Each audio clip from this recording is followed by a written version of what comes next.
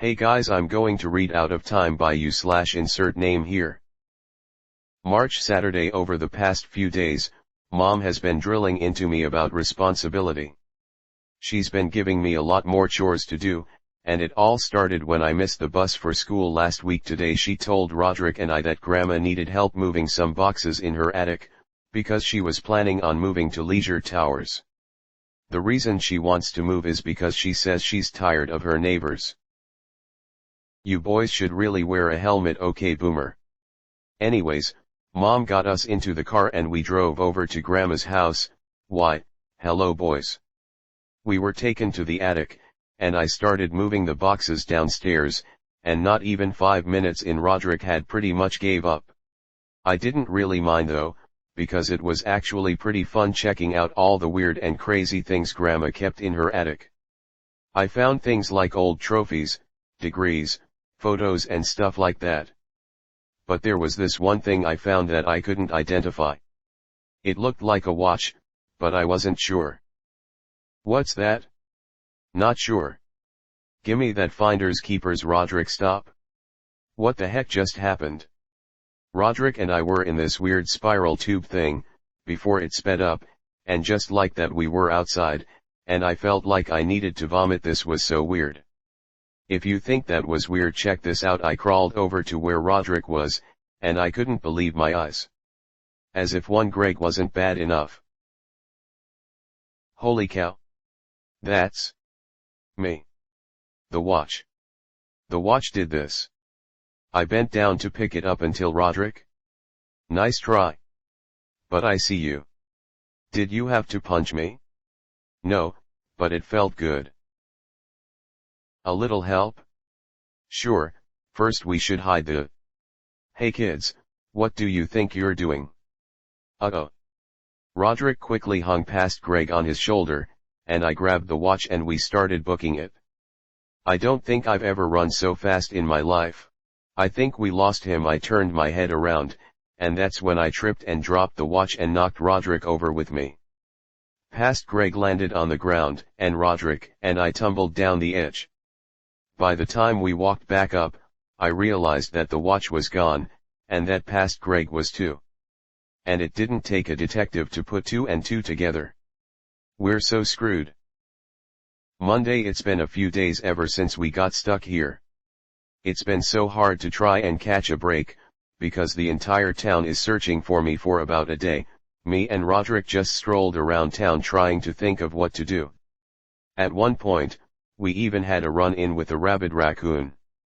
We've thought about heading back to Mom and Dad, and staying with them for a bit, but Roderick insists that if there's any chance of us getting out of here, we have to be independent because Mom and Dad would monitor us. So far we've been doing a pretty good job of staying under the radar, but we have been spotted a few times. Hey, aren't you that one Missy Roderick now? Gah. The only problem is food. We've tried to stop moving around that much, but that's kind of hard when you have the whole town looking for you. I thought about using Roderick's wallet to buy food, but I told Roderick that I was not going another night without food, so we started brainstorming ideas, and then it hit me. Manny's jar of money. Roderick could go home and ask Manny for a loan while I keep watch. I told Roderick about it, and he said it seemed a little risky. When can we get started? At the dead of night, Roderick and I sneaked over to our house. We hid behind a bush, and watched the other Roderick pull out of the driveway. He must be going to some concert or something. After I gave Roderick the signal, he went over to the front door and just walked in. I couldn't really hear anything they were saying, so I decided to move to the window in Manny's room. I need a loan. How much? As much as you have. I have $3, dang it. With $3, we can get some fast food and that's about it. I started to brainstorm what to do next until I heard a Ran pulling up to the driveway. Hold on Bill, I forgot to get money to pay for the gas. Uh-oh. That's not good. Who knows what'll happen if the other Roderick runs into my Roderick. I ran back to Manny's window and started pounding on the glass to get Roderick's attention, but he was gone. Bubby. This day just keeps getting better and better. Manny got down from his drawer and started to walk towards the window, and that's when I knew it was time to move. Bubby. I ran back inside the house and noticed the basement door was open. Yes, I still have a chance to get my Roderick out of gotcha Bubby. I tripped and my chin landed straight on the ground. I was feeling pretty lightheaded, and Manny put a backpack over my head and started dragging me towards his room. After a few minutes of darkness, he took the backpack off, and I was strapped to a chair by a jump rope. What in th? Where am I? This is an interrogation. What? Manny, now isn't the to-play dress you? Zip it? Who's the sock puppet? Sergeant Morris is more than just a puppet. On the 17th of March you were reported missing. So where have you been, Bubby? Manny, chill out. Shut up, Sergeant Morris. Just then, Manny started to punch himself in the face with the puppet. While he was dealing with his inner battles, I decided to try and escape. Hey, get back here. Haha, yes. I continued to stomp my way towards the door, and I did a hard turn straight for Roderick's basement, until I tripped and the door closed behind me. I rolled all the way down the stairs and the chair shaped like a twig. I'm pretty surprised the chair was the only thing to break, to be honest. I slowly crawled up the stairs and reached the door. I tried to unlock it, but it was jammed. Then I noticed feet under the door. I watched really carefully, and after a while, I recognized the shoes. They were Roderick's. Not my Roderick, though. I probably spent another 30 seconds just sitting there and waiting until I heard something ba. My phone. Manny, don't bump into me. I think the drugs are starting to mess with my head. I didn't expect to start hallucinating so early. Drugs? Huh, yeah, I'm an hallucination. In fact, why don't you go and lie down? I heard some footsteps depart, and I started to bang on the door. Roderick heard me and unlocked the door, and helped me back up. Roderick and I started to walk out the door, until I realized something. Why do you have Mom's purse? It was the only thing I could find that had money in it. On the way out, I decided to grab one of the jackets hanging on the door, before Roderick and I headed out the door. The point is, we'll be eating good tonight. Roderick and I headed over to the nearest Walmart, and I hid in the bushes while Roderick went to buy us some food. It was pretty intense, and I almost got spotted a couple of times, but thankfully Roderick wrapped things up pretty quickly. He handed me a sandwich, and I was about to take a big bite out of it, but beep beep beep beep. What the heck is that? Whatever it is, it's coming from Mom's purse. I opened the zip and I saw this. Oh no. Mom's tracking her phone. We need to leave right now. I turned around to tell Roderick, but then I noticed everyone was looking at me. They all started to crowd around me and were murmuring to themselves. It was only a matter of time before they realized I was the missing kid they were looking for, so the only good idea at that point was to run. Roderick followed suit and we started to run straight for the road, but the crowd blocked the path. We were cornered, and I was starting to hyperventilate, until I noticed the door to the Walmart was open a crack. I started sprinting straight towards the door and Roderick followed close behind. I quickly grabbed a shopping cart, and just like that, a chase started. I headed straight for the snack aisle and I started dropping some of the snacks to slow the mob down. I took a sharp straight towards the vegetable aisle and avoided the oncoming traffic. I took a sharp turn straight for the dairy section, and that's when I realized I was cornered. I looked around and that's when I saw it, the exit. I started to roar my way down the aisle, and as I was about to reach the exit, a security guard showed up out of nowhere. I tried to slow down, but I guess I didn't try hard enough. The guy's gut absorbed most of the impact, and he flopped onto the ground and I landed straight on the pavement. Roderick finally caught up with me, and helped me up. We started to run, but then we came to a screeching halt. Welcome back, Bubby. Dad told us to get in the car immediately, and having to sit next to past Manny and Sergeant Morris was really awkward. Dad started to go on a speech about how irresponsible that was, and that they were worried sick. That's when it finally hit me. And it hit me like a speeding train. If we really did go back in time, there's a good chance that the pocket watch is in Grandma's attic. Some gears starting turning in my head, and I leaned over to tell Roderick.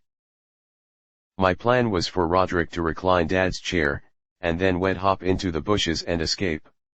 At first Roderick was a bit hesitant, but it looked like we didn't have a choice. Dad, Bubby and Roderick, our plan, it's not or never.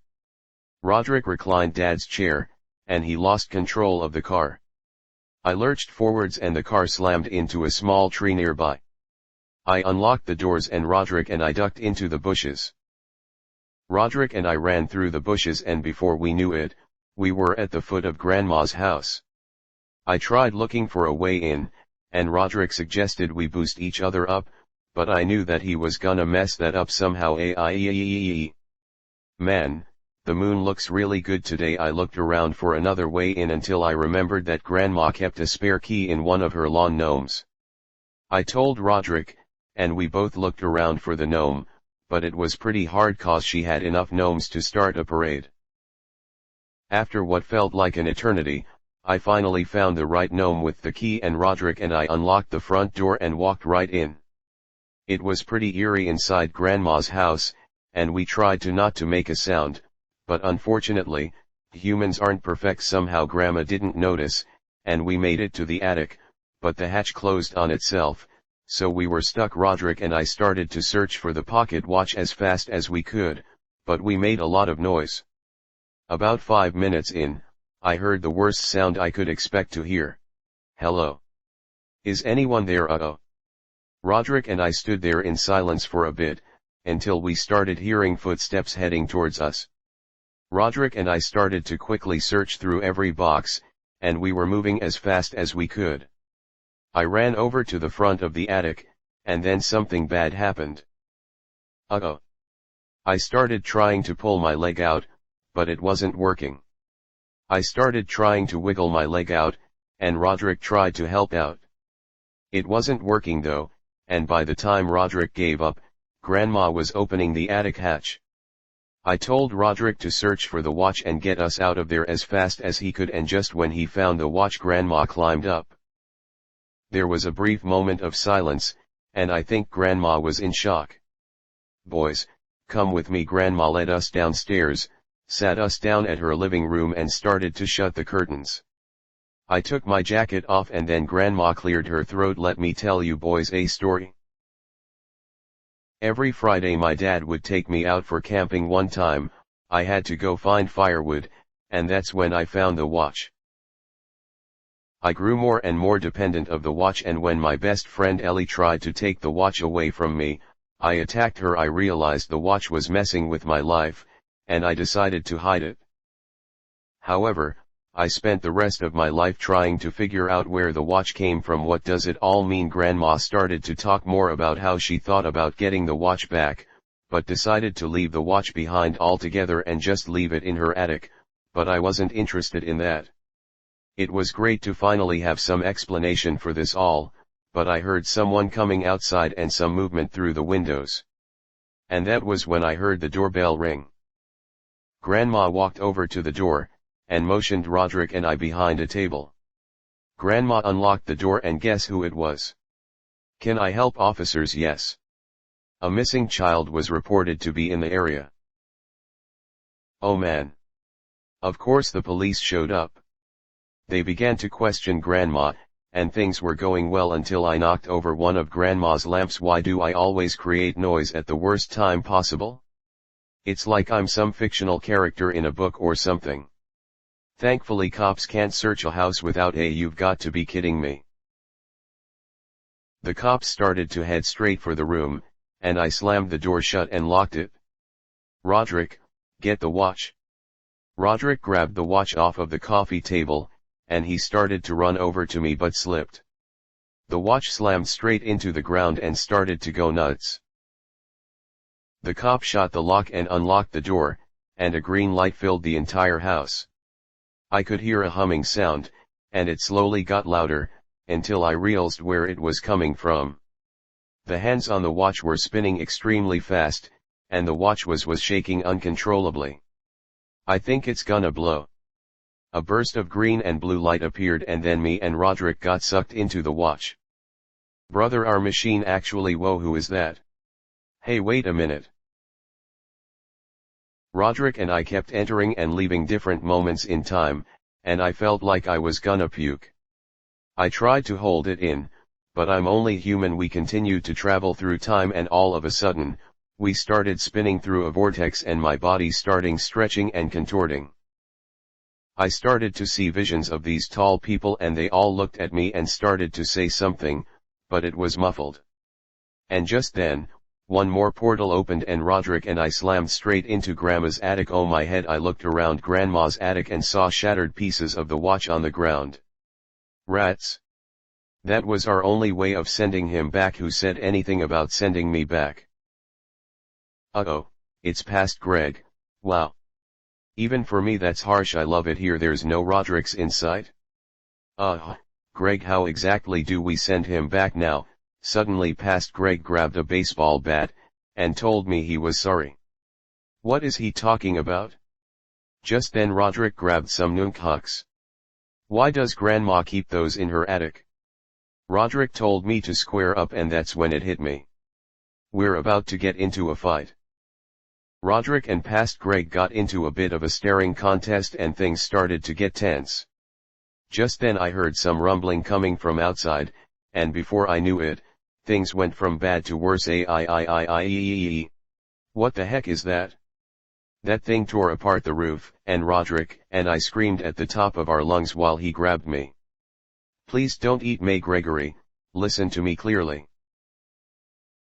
Long ago, before there was a multiverse, there were the keepers of time. We kept order within the timelines, and one day we noticed a disturbance and that my son, is how we met you.